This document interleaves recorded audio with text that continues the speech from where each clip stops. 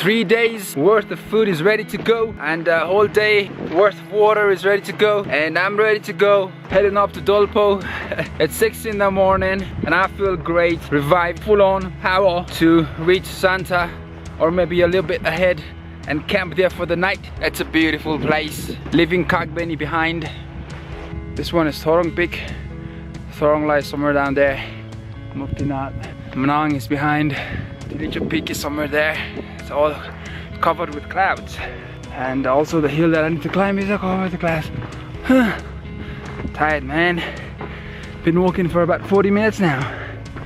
Leaving Kagbeni behind, heading up to Santa and towards Dolpo. Along the way, about 2 hours and 50 minutes in the journey. Just above Yak Kharka, I found this little stone. I think it's a fossil. Been climbing for 3 hours, and there's some more climbing to do up this hill. Gotta reach the pass at 4,400 meters. Quite a climb there. Just catching up my breath. You can see Nilgiri in the back. I should be around 3,800 right now, because I can see the village of Chuksang in Upper Mustang, which is far below down there, and the surrounding hills are still below where I stand. Looking at Upper Mustang, and I should be close to the pass here, and opening the door towards Dolpo. Somewhere in there must be Jungben, 5,550 meters.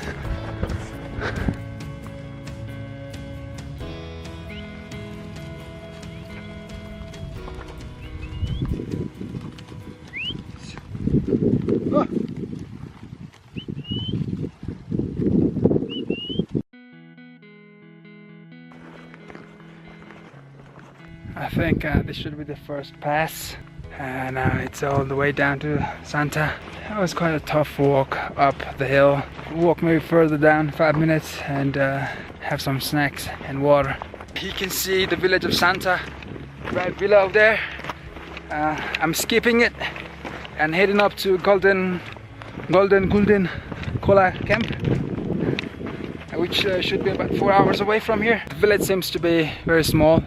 No hotels in there, and I can see the trail coming from Santa and going up towards Jungben right there below, where I need to connect now so I can get to my base camp. Just finding my trail down, it's no easy task. Keeping my map close to me. Right now I'm here in Santa. I should be walking along this trail towards my base camp in Golden Kola camp. And tomorrow morning towards Jungben and Chharka Bhot, which is right there, I guess. I hope this is the one.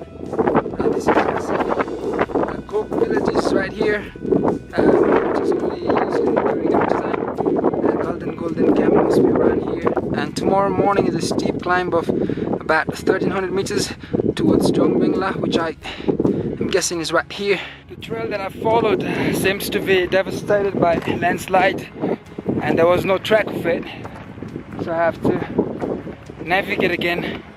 Looking at the bridge down below, you can see the steel bridge. That should be the first bridge of the day, or you could say the first bridge leading towards Dolpo. You can see it, and I'm heading down to it, finding my way towards the bridge along this slope. It's a risky business, man. But yeah, leaving Santa behind, crossing the first bridge of the day. Keep me safe. This must be a very newly built bridge, because I can see a trail leading down to the river, a small waterfall, and again climbing up that way. Yeah, there's some new, very new prayer flags as well. Yep. Must be newly built, so just a few years before. 5,000. I believe that should be the 5,700 meters peak, and the pass must be somewhere around here. And looking at the geography in the map, 10 hours of hike already for the day. There's one more bridge to cross down the river, and another uphill climb for about a few hundred meters maybe. And I can already see the campsite that I will be staying at, the blue house. Tomorrow will be a tough day. 2 passes for tomorrow I will try to reach Chharka Bhot tomorrow evening. Don't want to camp another night. Today's gonna be, I think, another 12 hours of hike as well. Thirsty now. There is a village, abandoned village of Gok right there. I was told that it's only used during winter time. I can't wait to fall asleep, rest well, but tomorrow will be a long day. And if I do reach Chharka tomorrow evening, then I should be taking a rest day the other day in Chharka. It's 4:40 in the afternoon and I'm here at the river, final river crossing for the day, and also before the pass tomorrow. There's a bridge, but it's a small little bridge. Rivers, alright. I'd say a steep climbing from here. Might take me about another hour and a half. Whoa, that's a crazy little bridge.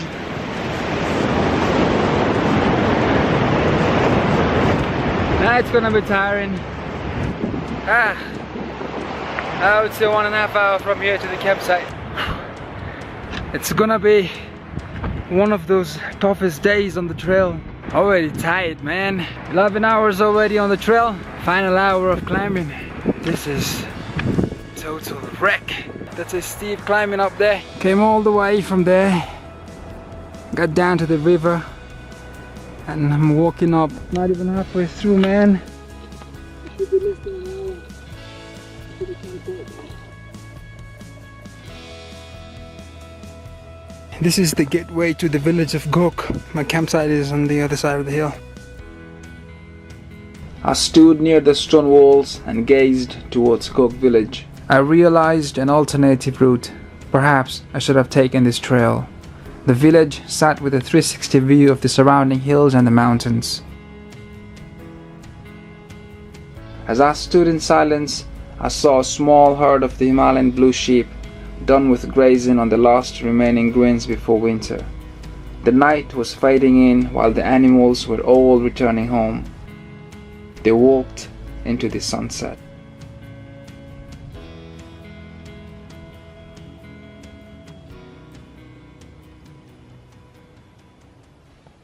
It's a cloudy morning, cold morning, about 5-6 degrees I think. Let's get inside this room. That wall is about 4 meters away. There's a small little window, a gas canister left by some people. There are markings on the wall, and this wall is about 3 meters away where I slept here last night. Packed up my bag already. Writings on the wall. That should be Korean. 322. It's about 7 degrees inside here. Outside is a couple of degrees lower, I think.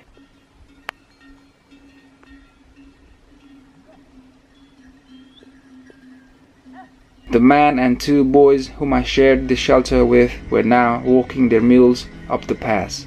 I followed, keeping some distance in the dark, but near enough to hear the bells from the mule's neck and able to see the torch lights from the people. 5:20 in the morning, the sun's rising. Although the climb had been steep, I could not feel it due to the darkness. It had been an advantage, however, it meant walking in a freezing temperature. Slowly, the sky brightened up, and I kept looking back, hoping for the warm sunlight to rise above the Mustang Himalaya range.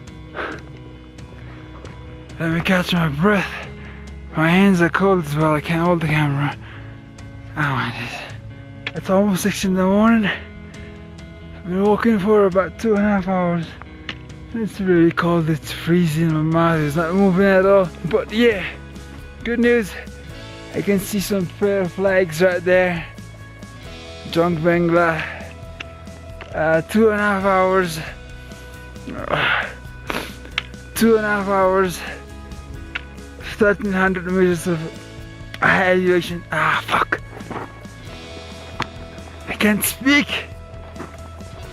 My whole face is numb because of the cold wind. 1,300 meters of elevation gain in 2.5 hours. It was steady climbing up this pass. It's crazy. But I'm so happy to but I'm so happy to be here. Made it, the first pass, 5,550 meters, Jungben. There's another pass to cross, which is about 5,100 meters.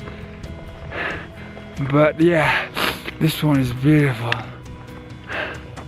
The moon's still up there. This is 2 days after the full moon.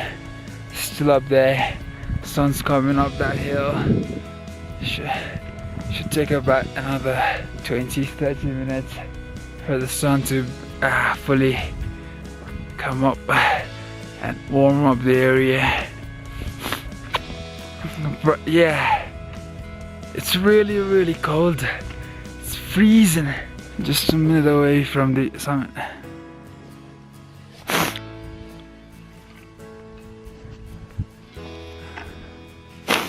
It's really cold out here. Sub-zero, about -4, I think. Yeah, it's really cold. Jungben, just made it. So happy to be up here. I gotta use my gloves now. And now why I'm feeling really cold in my hands is because I'm only using a liner, and this is not keeping me warm. I'm only using this so I can use my phone or camera, yeah. But I gotta wear this one, man. Keep my fingers, keep my hands warm. My whole face is numb. I can't really speak properly. You know, it's really cold. I gotta be really careful. Now there's one more pass to cross, but it's a bit lower than this one. This one is 5,550 meters. I've made it. I'm so happy. 2.5 hours. That's just crazy, mate. Goats on the pass in the morning. It's a beauty.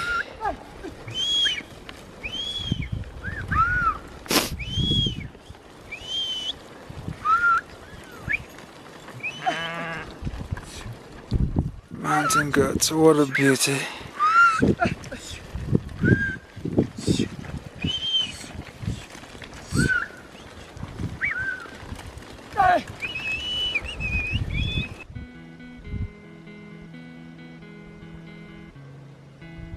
Sun is up, but it's still cold. I'll tell you how cold it is. I was about to drink my water, and I can't drink my water now. That's so frozen. It has to be below -4. That's a steady climb up, man. That's a tough one. It's crazy. Alright, the pass before that we saw, 2.5 hours in the journey, must be New Pass or something like that, because it was in a low elevation. And from there to this pass took me another 2.5 hours, and this must be the highest pass, Jungben, 5,550 meters. I must say, this is the toughest day so far. The toughest 5 hours in the hike, in the whole trail so far. It was really difficult. I was literally dragging myself for the last 1.5 hours from the river below up this pass. It's very steep, and at this elevation it's very difficult to breathe. Your muscles get tired pretty soon, and they need time to recover. You make about like 10-15 steps, and then you stop by, you catch your breath, and then you relax. Yeah, other than that, it feels amazing to be here. From here it's all the way down to Chharka Bhot, and I can see the mules that I was following this morning. They have already bridged like far below down the valley. And I must be standing here for about 5 minutes, take a couple of pictures. But yeah, it's been great. So blessed and so happy to be here. There are some mountains behind me.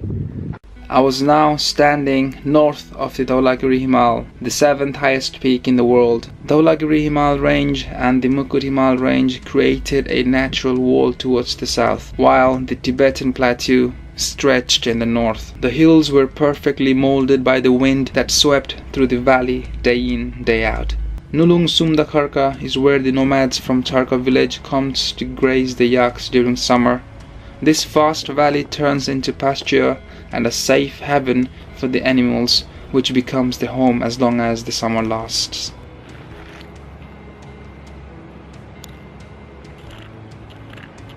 From here I follow the river trail under the bright sun, which is now above and behind me.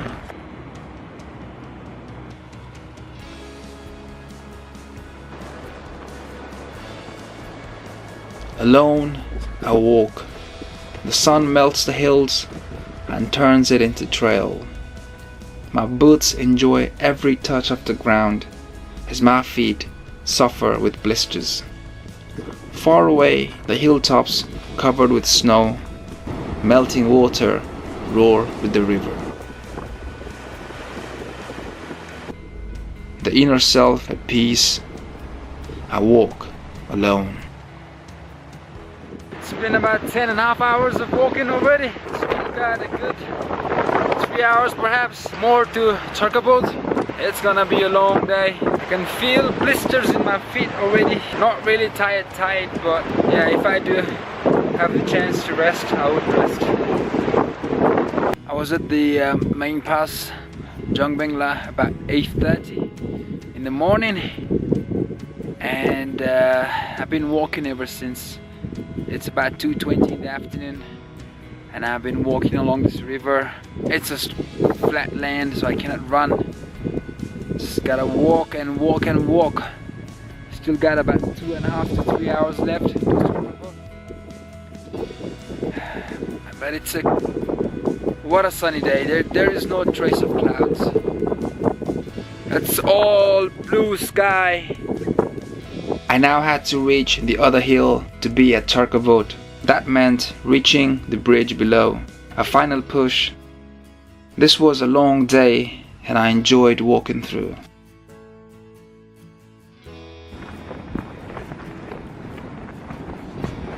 This should be the last bridge of the day. It's been a really long day. 14 hours so far and I'm still walking.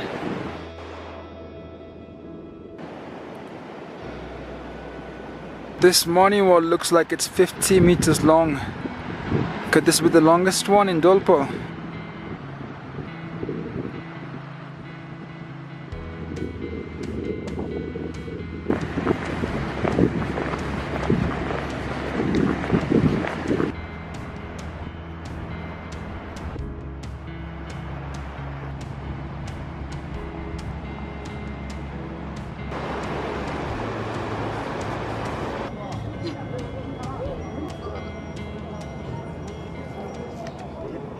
It's about 7:15 here and I'm in the village of Chharka Bhot inside Chharka Caravan Hotel. This is my room, beautiful sunlight coming inside from the door, which apparently is about 5 foot. It's a little squeeze while coming in and out of the room, you know. I have arrived here from Kagbeni in about 2 days. My plan was to come here in 4 days, but I've done it in 2 days. So today I've decided to take a rest day here in Chharka Bhot, which gives me the perfect opportunity to film around the village here. The owner of the hotel told me that there's about 75 households here and about 400 people living in the village. And this village is situated about 4,300 something meters above sea level. I had the day to myself. My feet were thankful for that. However, a bit of a stretch was necessary, so I went for a walk around the village filming along. There was no water line in the village. All the washing and cleaning was done at the nearby river. Yet still, the quality of the water was pristine. At surface, you felt warm. Once you touched the river, it was freezing. The old village sits on a hill above the river, like a fortress. The houses are clustered together and surrounded by what seems to be a wall made of stones and clay. I cross the bridge and walk onto the trail. There is a bone gompa on the hill north of the village, a religious and cultural significance to the local people who have lived in this remote part of the world for several hundreds of years. They practice bone Buddhism. In essence, these people are called Bhotes, descendants of Tibetan Burmese tribes, and live a semi-nomadic lifestyle. During the summer months, they move to pastures with their cattle, and in winter, they live in huts made of clay and stones. Chharka Bhot is a remote village located in northeast of Dolpo. Reaching here is very difficult and takes people almost a week. One must cross several 5,000-meter passes to reach here. Yaks, Bri, and Zo, if you can differentiate, were all closed in together with other animals. Further up, you can see an open field that seems like a playground. Some young men are riding their luxurious motorbike brought in from Tibet. With no roads connecting the village from any directions, I don't know what the use of the bikes. However, given the correct infrastructure, this place could become a home to high-altitude mountain biking. The Sri Chharka Bhot boarding school is recognizable by its distinct red-colored roof. During construction of this school, the villagers offered free labor in support of the project, which now educates around 100 children. This is when I see a German couple, both in the 70s. The man is a doctor by profession who had visited Nepal some 47 years back and has walked pretty much every remote trails in the country. This time they came along a remote village of Kagbeni in the low region of Dolpo, very close to Mukud Himal range. The man had been to Chharka Bhot some 20 years before and tells me only the fortress existed back then with the Gompa on the hill. It was as remote and pristine as it could get. A lot has changed ever since. The village has expanded east of the fortress across the river. While he was here, he wanted to meet the lady he had helped cure some 20 years ago. So I became his translator. And after some talk with the lady at Chharka caravan, we traced the woman who fortunately happened to be running the hotel next door at the Himalayan. After sharing few stories and both parties appreciating each other, things got a little emotional in the dining hall. Meanwhile, there was 5 Swiss people led by one Nepali guide. These men started the journey in Nepal, passing through Shegompa, Saldang and Tinjai. Now they were heading towards Jungben La, Jomsom and over to Mesokanta Pass and Tilicha Lake, finishing their extreme mountain bike adventure in Besi Sahar. They made the journey on the same route I was walking, but on the opposite direction. A wonderful stay at Chharka Bhot. A pleasure to have walked thus far in a solo adventure to cover the western part of the Great Himalayan Trail.